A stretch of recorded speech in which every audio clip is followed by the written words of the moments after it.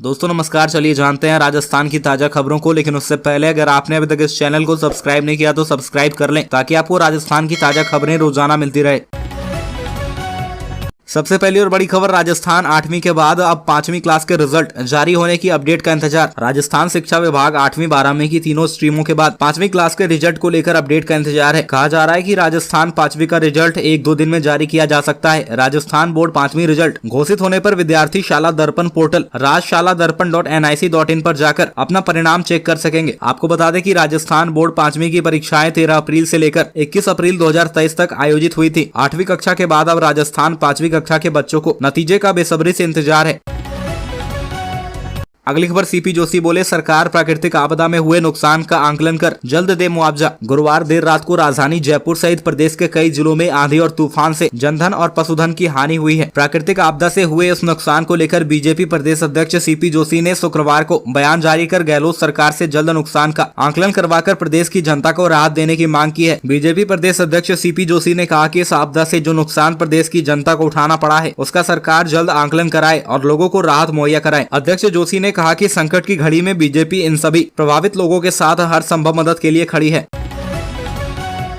अगली खबर, नए संसद भवन में राजस्थानी छाप, इमारत में लगे हैं कई जिले के रंग बिरंगे पत्थर। देश के राजनीतिक गलियारों से लेकर सोशल मीडिया की चर्चाओं में पिछले काफी दिनों से संसद भवन की नई इमारत को लेकर माहौल गर्म है। जहां नए संसद भवन के उद्घाटन को लेकर सियासी गलियारों में भी बयानबाजी का दौर जारी है। पीएम मोदी 28 मई को नई संसद का उद्घाटन करने जा रहे हैं, जिसको लेकर तैयारियां जोरों पर चल रही है। वहीं विपक्षी दल पीएम मोदी के नए भवन का उद्घाटन करने को लेकर राष्ट्रपति का अपमान बताकर उद्घाटन के कार्यक्रम का बहिष्कार कर रहा है। बता दें कि नया संसद भवन यानी सेंट्रल विस्टा, जिसे पीएम मोदी का ड्रीम प्रोजेक्ट भी कहा जाता है, इसका निर्माण टाटा प्रोजेक्ट ने 862 करोड़ रुपए की लागत से किया है। इसके साथ ही नया संसद भवन रिकॉर्ड टाइम में बनाकर तैयार किया गया है। अगली खबर, राजस्थान सरकार पर जमकर बरसे प्रदेश अध्यक्ष सीपी जोशी, कहा जनता देगी जवाब। भारत पाक सीमा के पास देर रात्रि को भाजपा प्रदेशाध्यक्ष सीपी जोशी ने विधानसभा चुनाव 2023 व लोकसभा चुनाव 2024 से पूर्व कार्यकर्ताओं को एकजुटता का संदेश देते हुए राजस्थान कांग्रेस सरकार को जड़ से उखाड़कर फेंकने का संकल्प दिलाया। भारत पाक सीमा से सटे तनौट माता मंदिर के पास घंटियाली माता मंदिर परिसर में भारतीय जनता पार्टी के युवा मोर्चा द्वारा आयोजित वंदे सरहद कार्यक्रम का आयोजन किया गया। इस कार्यक्रम में मुख्य अतिथि के रूप में भाजपा के प्रदेशाध्यक्ष सीपी जोशी ने की। वहीं इसकी अध्यक्षता केंद्रीय मंत्री कैलाश चौधरी ने की। इस कार्यक्रम को लेकर भाजपा प्रदेशाध्यक्ष के पहली बार स्वर्ण नगरी जैसलमेर दौरे पर पहुंचने पर भाजपा कार्यकर्ताओं व पदाधिकारियों द्वारा जगह जगह स्वागत किया गया।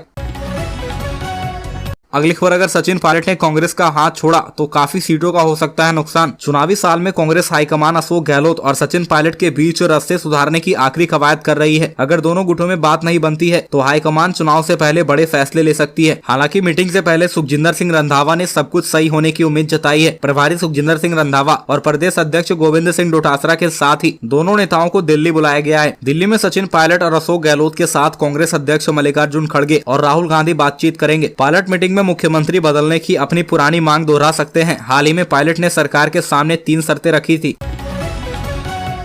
अगली खबर, सीएम गहलोत ने राजस्थान के युवाओं को दिया बड़ा तोहफा। राजस्थान के मुख्यमंत्री अशोक गहलोत ने कर्मचारियों को एक बड़ा तोहफा दिया है। बता दें कि बारिश की तरह तोहफों की झड़ी लगाने वाले मुख्यमंत्री गहलोत ने अब सभी सरकारी राज्य कर्मचारियों को अग्रिम वेतन भुगतान लेने की सुविधा प्रदान की है। ऐसे में कर्ज के जाल में फंसने वाले छोटे कर्मचारियों को अधिक लाभ मिलेगा और अब उन्हें किसी अग्रिम कार्य के लिए उधार नहीं लेना पड़ेगा। बता दें कि राजस्थान सरकार के अधिकारियों और कर्मचारियों को अब आकस्मिक जरूरी खर्च के लिए इधर उधर से जुगाड़ करने की जरूरत नहीं है। अधिकारी कर्मचारी सरकार से अपने वेतन की आधी राशि एडवांस ले सकेंगे और एक बार में 20,000 रुपए का अधिकतम भुगतान किया जाएगा। अगली खबर, जयपुर में बीजेपी के खिलाफ कांग्रेस करेगी विरोध। 9 साल के कार्यकाल पर 9 सवाल पूछेगी कांग्रेस। इससे पहले राजस्थान की राजनीति में सियासी उठापटक का दौर जारी है। कभी सचिन पायलट के बेहद करीबी रहे कैबिनेट मंत्री प्रताप सिंह खाचरियावास ने सियासी संकट के दौरान खुलकर सरकार का साथ दिया। बता दें कि अब मोदी सरकार के खिलाफ कांग्रेस मोर्चा खोलेगी। 9 साल के कार्यकाल पर कांग्रेस 9 सवाल पूछेगी। अगली खबर, पीएम मोदी के राजस्थान दौरे से पहले गहलोत ने उठाया ईआरसीपी का मुद्दा। प्रधानमंत्री नरेंद्र मोदी के राजस्थान दौरे से पहले मुख्यमंत्री अशोक गहलोत ने फिर से ईआरसीपी का मुद्दा ताजा कर दिया है। उन्होंने गुरुवार को अत्याधुनिक बस टर्मिनल के उद्घाटन समारोह में केंद्र सरकार पर निशाना साधा। मुख्यमंत्री ने कहा कि केंद्र सरकार को जल्द से जल्द पूर्वी राजस्थान नहर परियोजना को राष्ट्रीय परियोजना का दर्जा देना चाहिए। यह परियोजना 13 जिलों में पेयजल एवं सिंचाई जल आपूर्ति के लिए महत्वपूर्ण है। प्रधानमंत्री स्वयं ईआरसीपी को राष्ट्रीय परियोजना घोषित करने की बात कर चुके हैं। इसमें की जा रही भारी देरी की वजह से पचपदरा रिफाइनरी की तरह योजना की लागत में अप्रत्याशित वृद्धि की संभावना है। राष्ट्रीय परियोजना का दर्जा मिलने तक राज्य सरकार अपने समिति संसाधनों से योजना को आगे बढ़ाती रहेगी। अगली खबर, एसीबी में पूर्णकालीन डीजी नहीं होने पर सतीश पूनिया ने उठाए सवाल। उपनेता प्रतिपक्ष डॉक्टर सतीश पूनिया ने शुक्रवार को सोशल मीडिया के जरिए प्रदेश में पूर्णकालीन गृह मंत्री और एसीबी में डीजी नहीं होने पर सवाल उठाए। पूनिया ने कहा, आखिर मुख्यमंत्री की ऐसी क्या मजबूरी है कि सक्षम अधिकारी होने के बावजूद पूर्णकालीन डीजी एसीबी में नियुक्त नहीं है। उपनेता प्रतिपक्ष सतीश पूनिया ने भ्रष्टाचार के मुद्दे पर मुख्यमंत्री अशोक गहलोत पर निशाना साधा। पूनिया ने एसीबी जैसे महत्वपूर्ण विभाग में पूर्णकालीन डीजी और गृह मंत्री नहीं होने पर सवाल उठाए। डॉक्टर सतीश पूनिया ने कहा कि राजस्थान में कांग्रेस पार्टी की अशोक गहलोत शासन में प्रदेश की जनता सबसे ज्यादा कष्ट में रहती है। अगली खबर, 1 जून से होने जा रहे हैं ये बड़े बदलाव, गरीबों की जेब पर होगा सीधा असर। कुछ दिन बाद ही मई खत्म होकर जून शुरू हो जाएगा, लेकिन क्या आपको पता है कि 1 जून से कई बड़े बदलाव हो जाएंगे। इन बदलावों का सीधा असर आम आदमी की जेब पर पड़ेगा। दरअसल 1 जून से इलेक्ट्रिक 2 व्हीलर महंगे हो जाएंगे। इसकी बड़ी वजह है कि सरकार ने 2 व्हीलर पर मिलने वाली सब्सिडी को घटाकर 10,000 रूपए कर दिया है, जो पहले 15,000 रूपए थी। सरकार का यह आदेश 1 जून से लागू हो जाएगा। इसके चलते इलेक्ट्रिक 2 व्हीलर बाइक और स्कूटर 20 से 25,000 रूपए तक महंगे हो जाएंगे। अगली खबर, सभी श्रेणी की रोडवेज बसों में महिलाओं को किराए में 50% की छूट मिलेगी। अब महिलाओं को राजस्थान रोडवेज की सभी श्रेणी की बसों में 50% किराए में छूट मिलेगी। अभी तक 2 महीने से केवल साधारण श्रेणी की बसों में महिलाओं को किराए में 50% छूट मिल रही थी। एक्सप्रेस व अन्य श्रेणी के बसों में महज 30% की छूट दी जा रही थी। दरअसल मुख्यमंत्री अशोक गहलोत ने फरवरी में बजट में महिलाओं को साधारण बसों में किराए में 50% की छूट की घोषणा की थी। अन्य श्रेणी की बसों में महिलाओं को किराए में पूर्व की भांति 30% ही छूट दी जा रही थी। प्रदेश में लोकल बसों की संख्या बहुत कम है। मुख्यमंत्री गहलोत ने गुरुवार को सिंधी कैंप के अत्याधुनिक टर्मिनल के लोकार्पण समारोह में सभी श्रेणी की बसों में किराए में 50% छूट की घोषणा की है।